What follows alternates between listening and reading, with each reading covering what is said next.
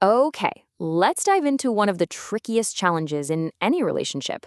How do you stay completely all in with someone you love without accidentally losing yourself in the process?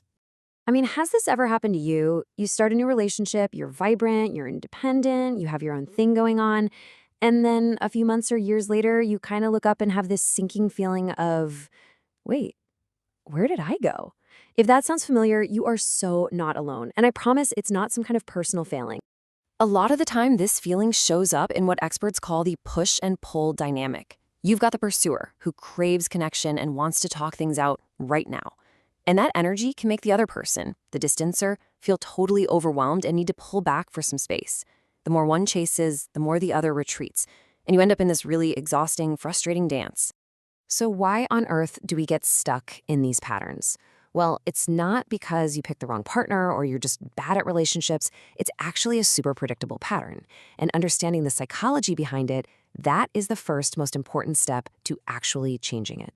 So there's a name for this whole thing. It's a really powerful idea from a theory called Bowen's family systems, and it's called differentiation of self. Now, I know that sounds super academic, but stick with me because this concept is the key to, well, pretty much everything we're talking about. So what is it really? In simple terms, differentiation is your ability to hold on to a solid sense of who you are, even when you're super close and connected to somebody else. It's about being able to balance your head and your heart, and to balance that deep need for intimacy with your equally important need for your own space and freedom. And what I love is how this breaks down into two parts. You've got the intra-psychic. That's all the stuff happening inside you. It's the skill of feeling a big emotion, but not letting it completely hijack your brain.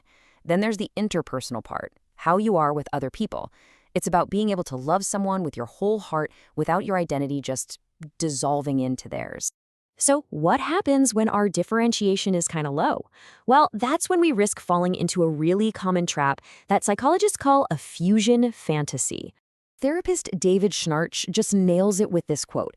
He says we become emotional Siamese twins. We get so focused on our partner's approval and on creating this illusion of perfect harmony that we stop being, well, real, and we start to lose ourselves in that performance. And this is what leads to something called a fantasy bond.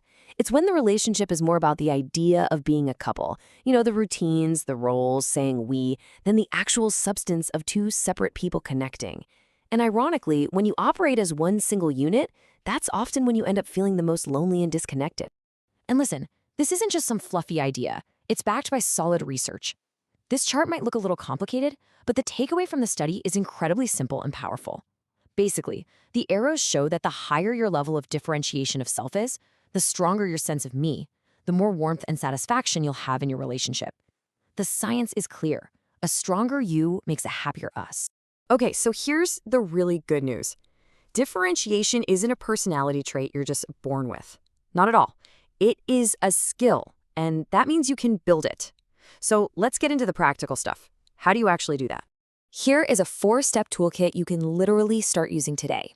Number 1, date yourself. Seriously, carve out and protect time that is just for your stuff. 2, practice healthy disagreement.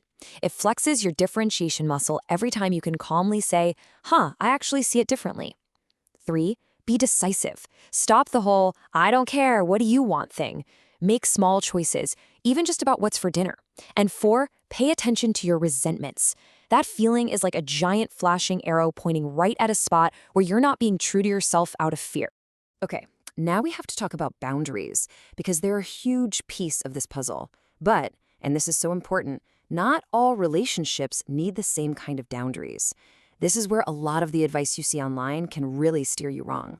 Let's just be super clear here.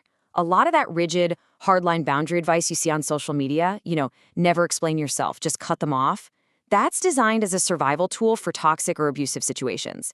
But if you take that same exact playbook and apply it to a generally healthy, loving relationship, you can actually cause a lot of unnecessary damage and create distance where you don't need to. This is the critical difference. In a healthy relationship built on respect, explaining why you need something can be really helpful. You can listen to their feelings about it and you can compromise. But in a toxic relationship, explaining yourself is usually pointless. It just gives them ammunition. It is not your job to manage their feelings. Your only job is to protect yourself. So when you put all these pieces together, It leads to this really beautiful, much healthier way of looking at what a great relationship is really about. You know that old romantic idea that we're two halves trying to find each other to become whole? It sounds nice, but it's fundamentally flawed. It sets you up for dependency and that fusion we talked about. Real, deep, lasting intimacy doesn't ask you to give up parts of yourself. It's built by two whole, separate, awesome individuals who choose to be together side by side. So I'll leave you with this to think about. Finding yourself again doesn't require some massive, dramatic change. It starts with one small, intentional choice. Maybe it's just deciding to put on the music you love, even if your partner doesn't. Or taking a walk by yourself. What's one small choice you can make today to feel just a little bit more like you?